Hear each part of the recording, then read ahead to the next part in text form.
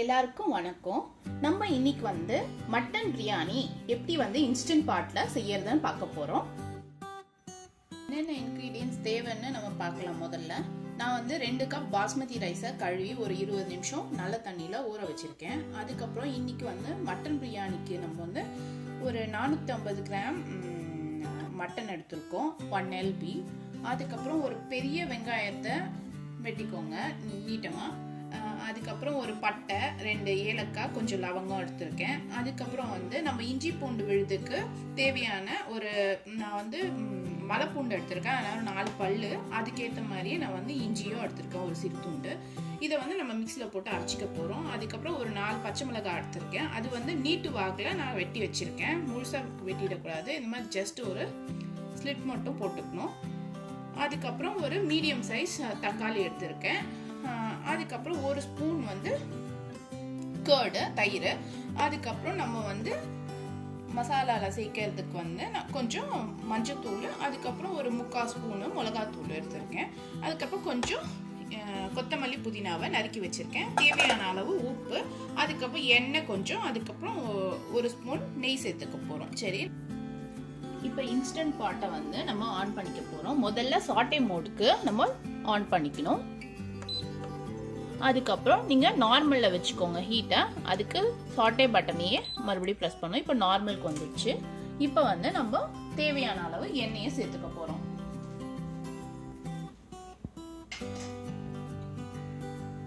இப்போ instant pot on ஆயிடுச்சு. இப்போ நம்ம தேவையான அளவு எண்ணெயை சேர்த்துக்கலாம். நான் இப்போ ஒரு 3 ஸ்பூன் எண்ணெயை சேர்த்துக்க போகிறேன். அதுக்கப்புறம் ஒரு ஸ்பூன் நெய்யை சேர்த்துக்க போகிறேன். 1 ஸ்பூன் நெய் சேர்த்துக்கிறேன். எப்போவுமே சாட்டே மோட ஹையில் வைக்காதீங்க, தீஞ்சிரும். அதுக்காக தான் நார்மலில் வைங்க, ஒன்று இல்லாட்டி லெஸ் மோடில் வைங்க. இப்போ நம்ம இந்த கரம் மசாலா ஐட்டத்தை சேர்த்துக்கலாம்.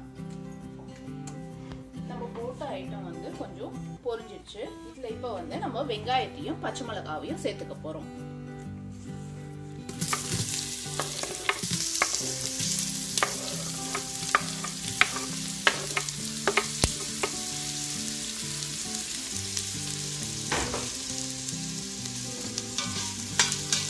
வெங்காயம் கொஞ்சம் நல்லா வதங்கணும்.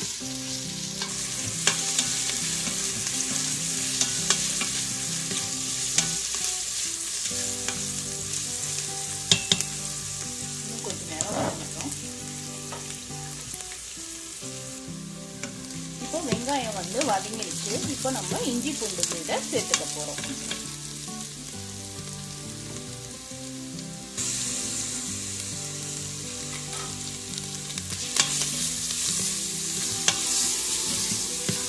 ரா ஸ்மெல் போகிற வரைக்கும் இதை வதக்கிக்கோங்க.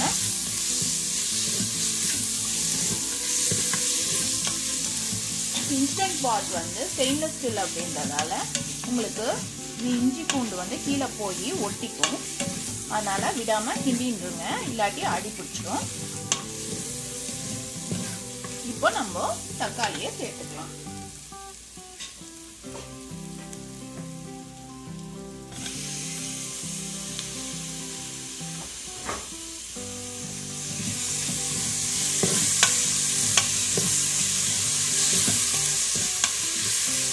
நான் நார்மல் மோடில் வச்சுருக்கேன்.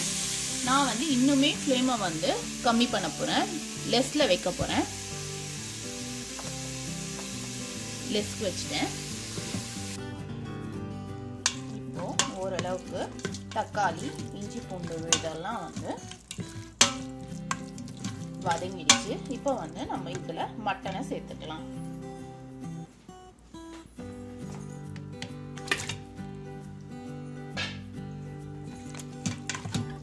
நம்ம மட்டனை சேர்த்துட்டோம். இப்போ நான் மறுபடியும் சாட்டே மோட நார்மல் மோடுக்கு நார்மலில் வைக்க போகிறேன். நார்மலுக்கு வந்துடுச்சு.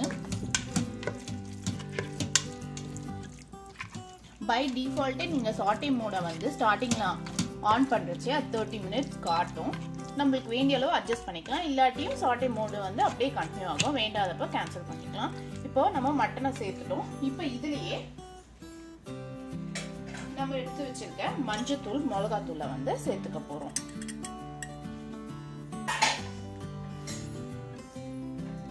அதுக்கப்புறம் நம்ம எடுத்து வச்சுக்க 1 ஸ்பூன் தயிரை சேர்த்துக்கலாம். சேர்த்துட்டு இதை ஒரு வாட்டி கிண்டி விடுங்க.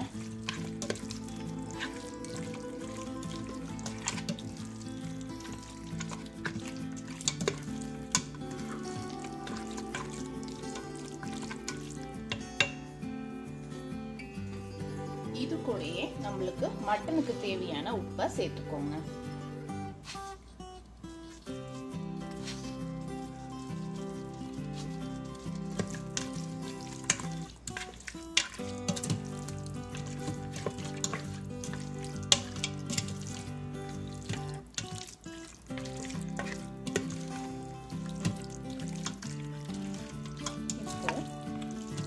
இது வேக வேக மட்டன்ல இருந்து கொஞ்சம் தண்ணி பிரிஞ்சு வரும். அதனால நான் மறுபடியும் சாட்டே மோடை வந்து ஐல வைக்க போறேன்.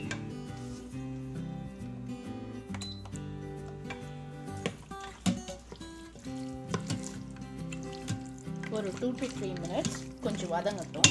அதுக்கப்புறம் நம்ம மூடி வச்சு ப்ரெஷர் குக் பண்ணிடலாம்.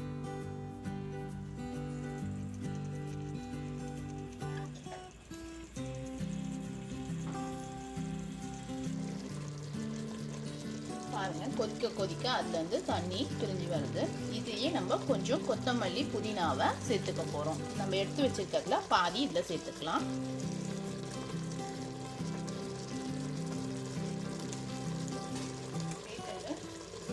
ஒரு வாட்டி கிண்டி விட்டுட்டு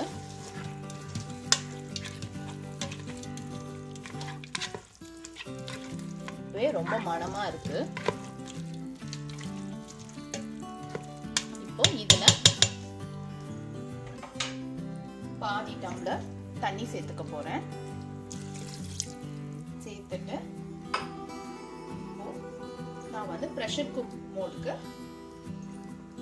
மாத்த போறேன். அதுக்கு முதல்ல சாட்டே மோடை வந்து நம்ம கேன்சல் பண்ணணும். இங்க இருக்கு கேன்சல் பட்டன். அதுக்கப்புறம் ப்ரெஷர் குக் மோடுக்கு போயிட்டு நான் ஒரு 10 minutes வந்து இது ப்ரெஷர் குக் பண்ண போறேன். அதனால டைம் அட்ஜஸ்ட் பண்ணிக்கிறேன். 10 minutes வச்சுட்டேன். இப்போ வந்து நம்ம மூடியை மூட போறோம்.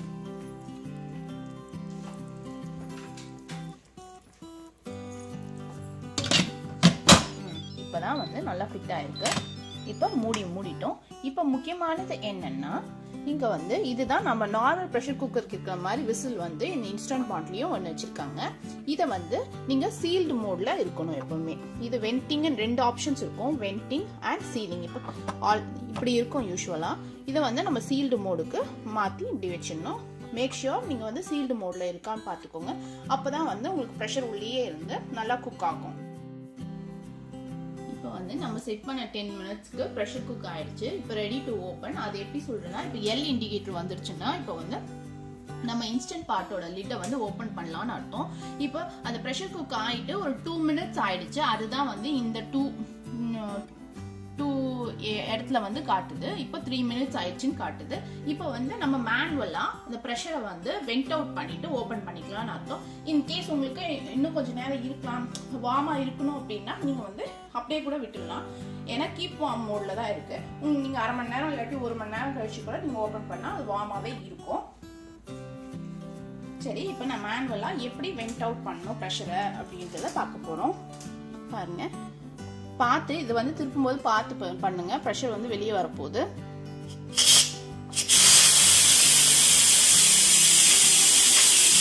அது பக்கத்தில் இருக்கிறதுதான் ஃப்ளோட் வால்வு. அது மேலே இருக்கிற ஷேல் வந்து நம்ம எப்பவுமே வந்து அதை ஓப்பன் பண்ணக்கூடாது அப்படிங்க. அந்த ஃப்ளோட் வால்வு கீழே இறங்கின அப்புறம் தான் ஓப்பன் பண்ணணும். அது கீழே இறங்கணும்னா உள்ள இருக்கிற ப்ரெஷர்லாம் வெளியே வரணும்.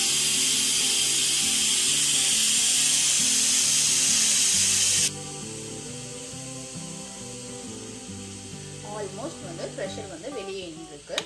பாருங்க, இப்போ ஃப்ளோட் வால்வ் வந்து கீழே போயிடுச்சு. இப்போ வந்து it's ready to open the lid.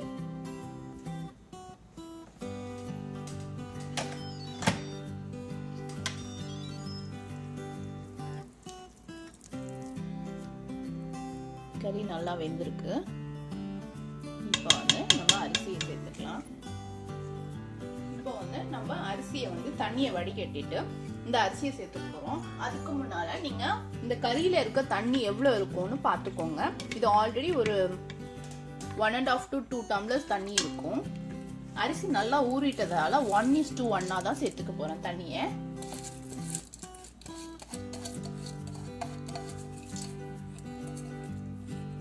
இப்போ இந்த அரிசிக்கு தேவையான உப்பையும் இதுலயே சேர்த்துக்கோங்க.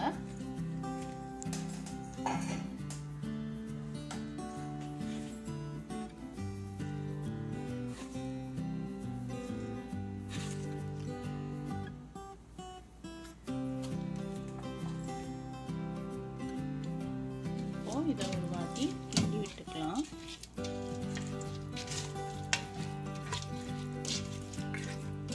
கிண்டி விட்டுட்டு ஆக்சுவலா இதுல இருக்கிற தண்ணியே போதும் இதுக்கு.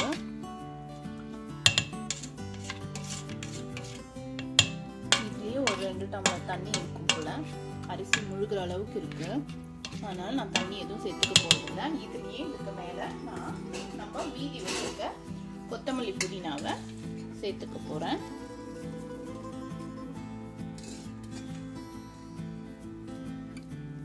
சேர்த்துட்டு இப்போ மோட மறுபடியும் ப்ரெஷர் குக் மோடுக்கு மாற்ற போறோம்.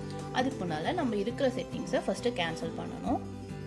கேன்சல் பண்ணிட்டு ப்ரெஷர் குக் மோட்ல 4 மினிட்ஸ் நம்ம வச்சுக்க போறோம். 4 மினிட்ஸ் வச்சிட்டோம். இப்போ நம்ம இப்போ க்ளோஸ் பண்ணிடலாம். லிட்டை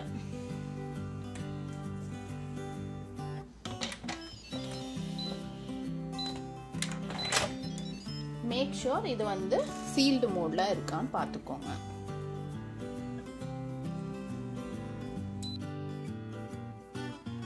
இப்போ ப்ரெஷர் குக் ஆயிடுச்சு.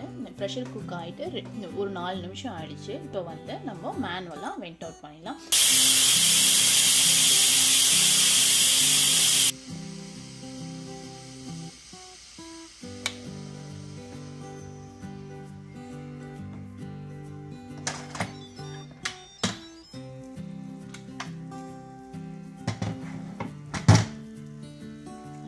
ரொம்ப நல்லா வெந்திருக்கு. இவ்வளோ கலர்ஃபுல்லா இருக்குன்னு பாருங்க. கறியும் ரொம்ப நல்லா வெந்திருக்கு. இதுல நான் உங்களுக்கு ஒரு டிப்ஸ் சொல்லணும்னு நினைச்சேன். இது முத்தின ஆட்டுக்கறியா இருந்துச்சுன்னா நீங்க குறைஞ்சபட்சம் 20ல இருந்து 30 நிமிஷம் வைங்க. இளா ஆட்டுக்கறியா இருந்தா நீங்க 10ல இருந்து 15 நிமிஷம் வைக்கலாம். இதை நான் சர்வ் பண்ணி காட்டுறேன் உங்களுக்கு.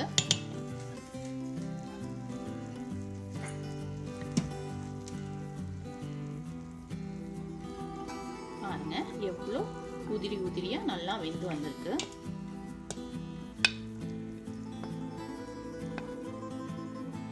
நம்ம சுவையான மட்டன் பிரியாணி இப்ப ரெடி. நீங்களும் செஞ்சு பார்த்துட்டு எப்படி வந்துச்சுன்னு கமெண்ட் பண்ணுங்க. உங்களுக்கு பிடிச்சிருந்தா லைக் பண்ணுங்க. உங்களோட ஃப்ரெண்ட்ஸோட ஷேர் பண்ணுங்க. நம்ம சேனலுக்கு சப்ஸ்கிரைப் பண்ணுங்க. தேங்க்யூ.